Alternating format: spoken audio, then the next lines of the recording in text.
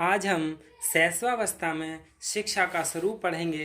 यानी बाल्यावस्था एवं विकास बीएड फर्स्ट ईयर के विषय है, जिसमें शैशवावस्था के बारे में पढ़ रहे थे। आज हम शैशवावस्था की शिक्षा का स्वरूप के बारे में पढ़ेंगे। यानी शैशवावस्था ऐसी अवस्था होती है जिसमें शिशु अधिक तीव्रता से सीखता है। अन्य अवस्थाओं की तुलना में शिशु अपनी इस शैशवावस्था में अधिक सक्रिय रूप से सीखता है। सीखने की इस तीव्र सक्रियता के संदर्भ में वैलेंटाइन ने भी बताया है कि शैशवावस्था के सीखने का आदर्श काल शैशवावस्था को सीखने का आदर्श काल माना है। इसी विषय में वाटसन ने भी कहा है कि शैशवावस्था में सीखने की सीमा और तीव्रता विकास की और किसी अवस्था की तुलना में बहुत अधिक होती है। यानी और जो अवस्थाएं उन सब की तुलना में सीखने की सबसे ज़्यादा तीव्रता और सीमा होती है। शैशवावस्था में शिक्षा का आयोजन इस प्रकार करना चाहिए। जैसे सबसे पहले है करके सीखने की शिक्षा। यानी जब शिशु का जन्म होता है तब वह कुछ विशेष प्रवृत्ति या गुण के साथ जन्म लेता है। वह गुण उसे कार्य करने के लिए प्रेरित करते हैं अतः उसे करके सीखने की पूरी स्वतंत्रता प्रदान की जानी चाहिए। जब शिशु अपने अनुसार क्रिया द्वारा सीखता है तो उत्तम ढंग से सीख पाता है। क्रिया द्वारा सीखने या करके सीखने की प्रवृत्ति सभी शिशु में होती है। इस प्रकार एक प्रकार से ये शिशु की व्यवहारिक शिक्षा के रूप में सिद्ध होती है।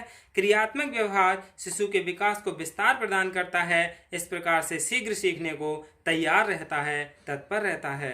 उसके बाद है उत्तम आदतों का विकास करना। यानी जब हाइडन ने भी इसके बारे में कहा है, पहले हम अपनी आदतों का निर्माण करते हैं और फिर हमारी आदतें हमारा निर्माण करती हैं। यानी पहले तो हम आदतों का निर्माण करते हैं और वो आदत फिर हमारा निर्माण करती हैं। इस वाक्य का अर्थ बहुत गहराई से समझें तो आप समझ सकते हैं कि शिशु के अभिभावक एवं अध्यापकों को व्यवहार में लाना चाहिए इन सभी बातों को। उन्हें अपने अंदर नैतिक मूल्यों संबंधी व्यवहार को आत्मसात करना चाहिए। उच्च स्तरीय आदतों का निर्माण शिशु के लिए किसी अनमोल उपहार से कम नहीं होगा। यह तथ्य अभिभावकों के लिए अमूल्य धरोहर सिद्ध होगा। अगला इसके बाद है मूल प्रवृत्तियों को प्रोत्साहन करना। यानी इसके बाद एक ये भी है उचित वातावरण। यानी जो शिशु हैं उनको शैशवावस्था में उपयुक्त वातावरण देना चाहिए। शिशु के आसपास वह वातावरण शांत एवं सुरक्षित होना चाहिए। शिशु के विकास में उत्तम वातावरण अच्छी भूमिका निभाता है।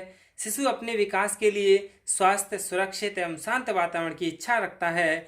परिवार व विद्यालय का वातावरण शिशु के विकास के अनुरूप शांत, स्वस्थ व सुरक्षित होना चाहिए, जिससे शिशु स्वयं को सहज अनुभव कर सके। अतः घर व विद्यालय में उसे उचित वातावरण प्रदान किया जाना चाहिए। शिशु के उत्तम विकास के लिए यह बहुत जरूरी है।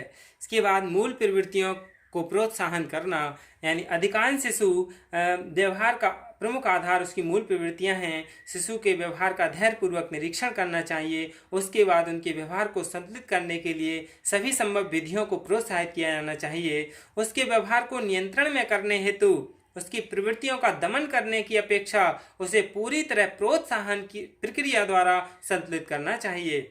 दमनात्मक क्रिया द्वारा शिशु के विकास में अवरुद्धता उत्पन्न हो जाती है, जो स्वस्थ विकास की प्रक्रिया को प्रभावित करती है।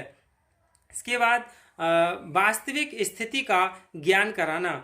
यानी वास्तविक स्थिति का ज्ञान करने का मतलब ये है कि जब शिशु अपने आसपास के वातावरण का भली भांति परिचय प्राप्त करने लगता है, यानी शिशु कल्पनाओं के संसार में उड़ान भरता है, उसी संसार को वास्तविक समझने लगता है। काल्पनिक संसार से वास्तविकता में लाने के लिए उसके आसपास इस प्रकार का व्यवहार व शिक्षा प्रदान की जानी चाहिए, जिससे वह काल्पनिक मनोदशा से बाहर निकले और अधिक समय तक काल्पनिक मनोदशा में रहने वाले शिशु वास्तविक स्थितियों अथवा वातावरण से उचित समायोजन नहीं कर पाते हैं और उसे अधिक से अधिक वास्तविक स्थितियों के समीप लाना चाहिए। इसके बाद अनुकूलन व्यवहार। इसमें क्या है कि शिशु अपनी आवश्यकताओं की पूर्ति के लिए दूसरों की पर पूरी तरह निर्भर रहता है।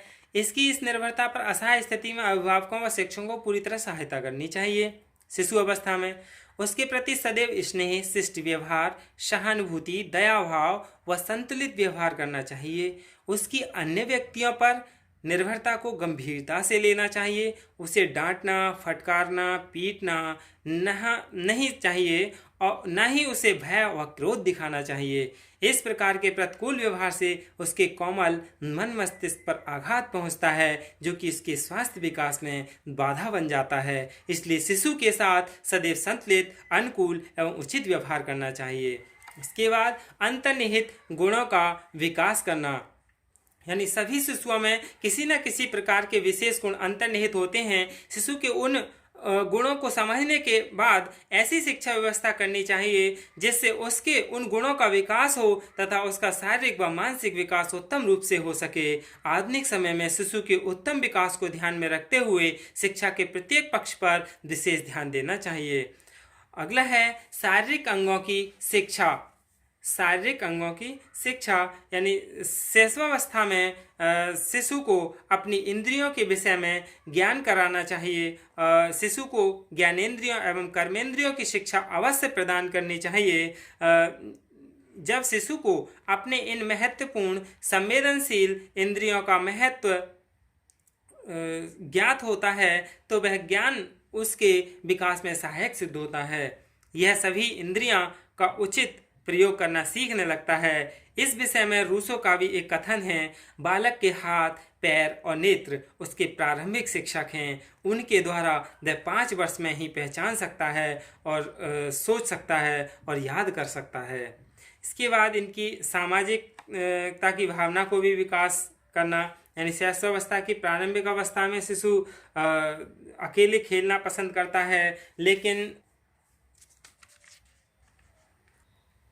जब अन्य बालकों के साथ शिशु खेलने मिलने जुलने लगता है तो उसे सामाजिक होने के अधिक से अधिक अवसर प्रदान किए जाने चाहिए, जिससे उसमें सामाजिकता की भावना विकसित होती है। परिवार के अतिरिक्त समाज के प्रत्येक वर्ग या क्षेत्र से संबंधित व्यक्तियों व बालकों के साथ समायोजन करना सीख लेता है। शिशु के व्यवहार को संतुलित बनाने वाले कारकों से संबंधित शिक्षा का विशेष ध्यान रखना चाहिए। सामाजिकता की भावना से भरे शिशु के व्यक्तित्व का विकास बहिर्मुखी होने लगता है, जो इसके समग्र विकास का महत्वपूर्ण तथ्य है। इसके बाद खेलों द्वारा शिक्षा प्रदान करना, यानी शैशवावस्था में शिशु की खेलों के प्रति रुचि जागृत होने लगती है। इस अवस्था की उत्तर अवस्था में खेलों के प्रति उत्सुकता भी बढ़ने लगती है। और इस तरह से स्टैंग ने भी लिखा है कि शिशु अपने और अपने संसार के बारे में अधिकांश बातें खेल द्वारा सीखता है। यानी शिशु अपने और अपने संसार के बारे में ज़्यादातर बातें खेल द्वारा सीखता है। इसके बाद है कहानी एवं चित्रों द्वारा शिक्षा प्रदान करना, यानी क्रो ने भी इसके बारे में कहा है, 5 वर्ष का शिशु कहानी सुनते समय उससे संबंधित चित्रों को पुस्तक में देखना पसंद करता है।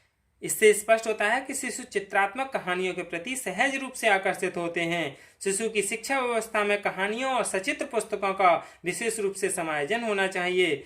और सचित्र कहानियां शिशु के मस्तिष्क पर गहरा प्रभाव डालती हैं और उसकी स्मृति में स्थायी रूप से विद्यमान होती हैं।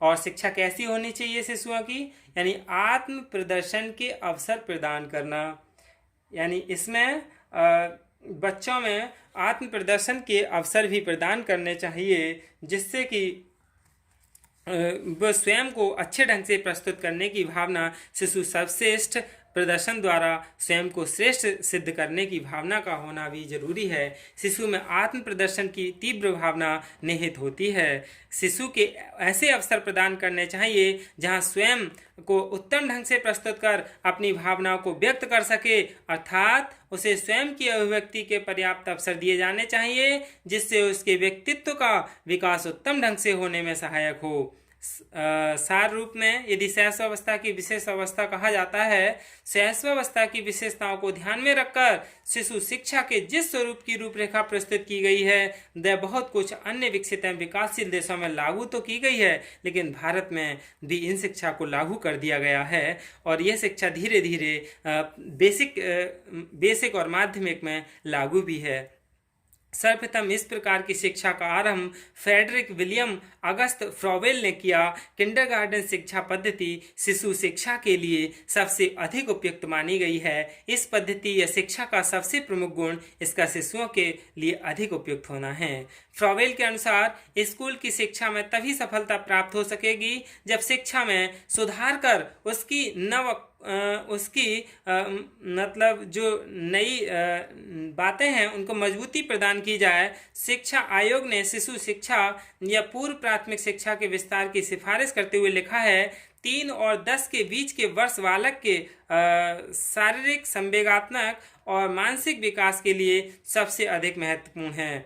अतः हम पूर्ण प्राथमिक शिक्षा के अधिक से अधिक संभावित विस्तार की आवश्यकता को स्वीकार करते हैं। ऐसा ही शिशुओं की शिक्षा का स्वरूप होना चाहिए, तभी शिशु शिक्षा यानी उनके भविष्य में उत्तम कारगर होगी। धन्यवाद।